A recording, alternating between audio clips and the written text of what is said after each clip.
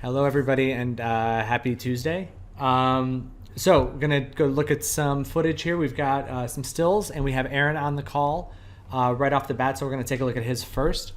Yeah, I mean, overall, Aaron, this again. It's the best part about your image is this background looks beautiful, and it's like you don't have to touch it at all. It's just a matter of getting the characters into alignment with that. And I see you've got some more spec in here. I think that's looking really good. I think for me, I would split the difference between the white values on these two. Like, so this one looks pretty bright, and this one looks pretty shadowy. And just because it's like his face, I would punch up the white on this side and like tone down the brightness on this side. And then I would also maybe goose his little cheeks on there too to make those a little brighter. And then this carrot's looking a lot better. I think it's a carrot. It's my assumption that it's made out of carrot. Sculpture is looking a lot better. I'm just wondering if we can't get some like subsurface scattering in there and some light kind of passing through it, like I said, the way we do with the cucumbers and stuff. But all in all, the shaping is there. Like I said, the rice looks really good. Just watch out for these small speck hits over here. Yeah, and also like this is totally just like this is like a just total visual thing. Like right underneath him here on this table, like we're kind of catching at this glancing angle. It's a little bit bright. I would just tone that down just because it's totally physically accurate, but like at this 2D perspective, it makes it look like he's kind of floating and not casting shadows correctly, if you know what I'm saying. So I would just try and take that down a little bit. But that's pretty much it. See if anyone else has hopped on in the meantime. Okay, we're gonna go ahead and hop over into our video content. So we have Louise and Kat. So the Kat, this is the play blast from the Maya class, and it's great to see. Like, again, I think we started trying to learn Maya last week, and getting it to this point is pretty impressive in such a short period of time. So really good job with that. Yeah. That's all I got. I'm not going to critique animation on this because I am not the person to do that. But the next up, I want to talk about Louise's. So this actually changes the read on it, because we were looking at the still frame of him in the light before, and it's really interesting to think about this lighting setup now, and I think what I would do is I would put him in more shadow back there at the beginning, like make him darker back here. And so he's kind of reading as a dark element over the light, and then kind of exaggerate the look of him stepping into the light.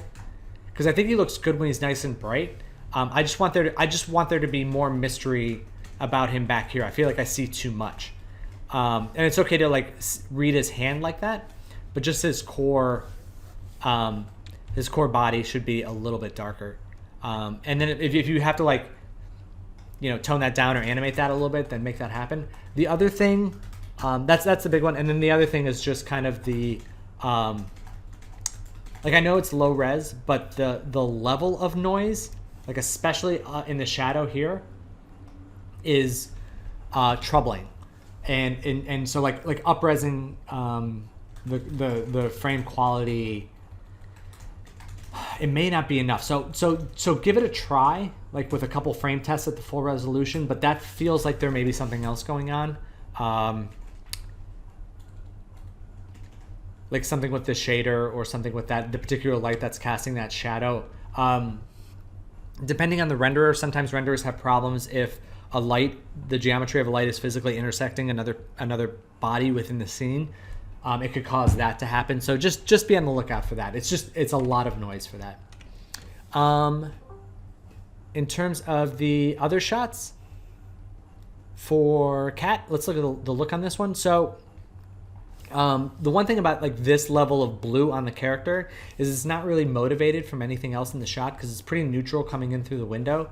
So like unless that's on like the shader or something, but it feels like as he steps through that's a light source that's hitting him, and it's like it feels a very different color than what's going on, what's coming through the window. In terms of the light coming in through the doorway, it's interesting because it's very saturated yellow, and it's also facing upward. Like I can kind of see that. So maybe like I'm just not quite sure what light source that is.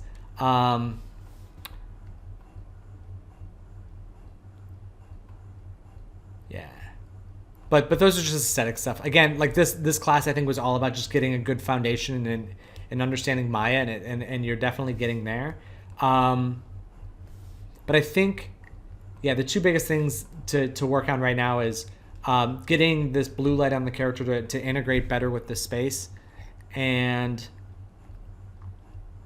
let's see. Yeah, because it gets really bright over here. And then the other one would be just, it looks like he's floating a little bit. And then, so blue light, floating character, and the third one is, I guess letting me know and looking at some reference to get an understanding of what this light is, so we'd better know how to craft it in the next iteration. So Pearl, I think this one looks great.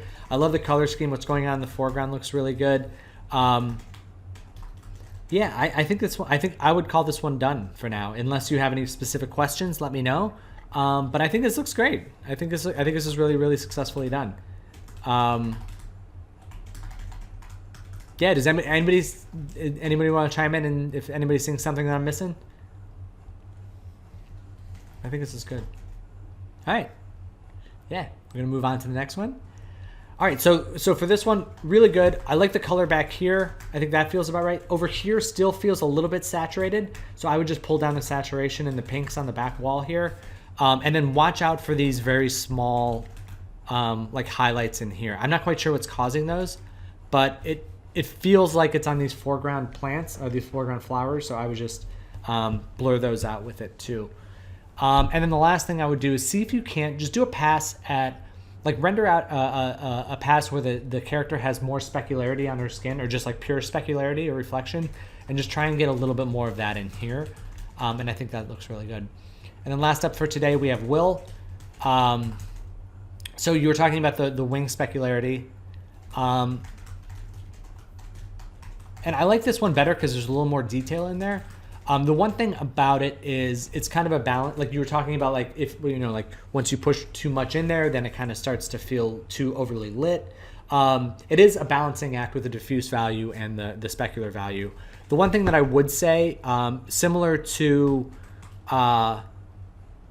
what we were just saying in, I think it was in Pearl Shot, is to, like, you may just want to run a pass where the wing is like super specky and super glossy, and then just kind of paint that in a little bit, and then you might have to just like pull down the, like I think where we are right now, I think the diffuse can come down a little bit, like maybe 15%, and then just paint in a little bit more of that like wet kind of bumpy specular highlights in there. But other than that, like this looks really good too. So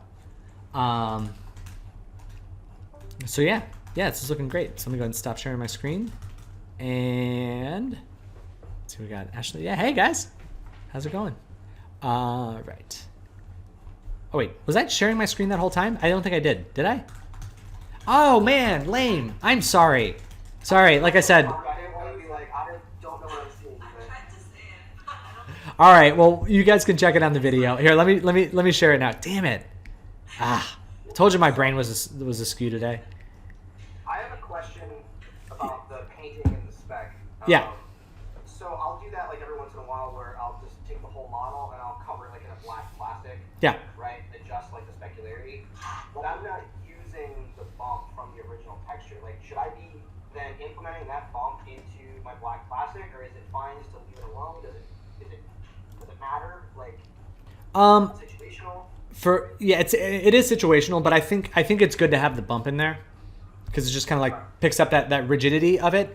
I mean, there are times when you'll want to add like a perfect reflection of something, like if there's a story point where you want, like you want the character to like reflect in something specific of something going around him, and like the bump is actually distorting that too much. But I think having the bump in there and then having that perfect like glossy reflection in there is what you want, what you're looking for. Okay. Yeah. It's full screen. All right. All right, cool. Does anybody else have any other questions for today? I'm sorry about the screen share thing. I'll send out the video. You'll see it there. I promise. All right. All right, guys. Like I said, I got a crazy day to get back to, so I'm going to hop back into that. Thank you guys so much, and you'll be hearing more from us soon. All right. Talk to y'all soon.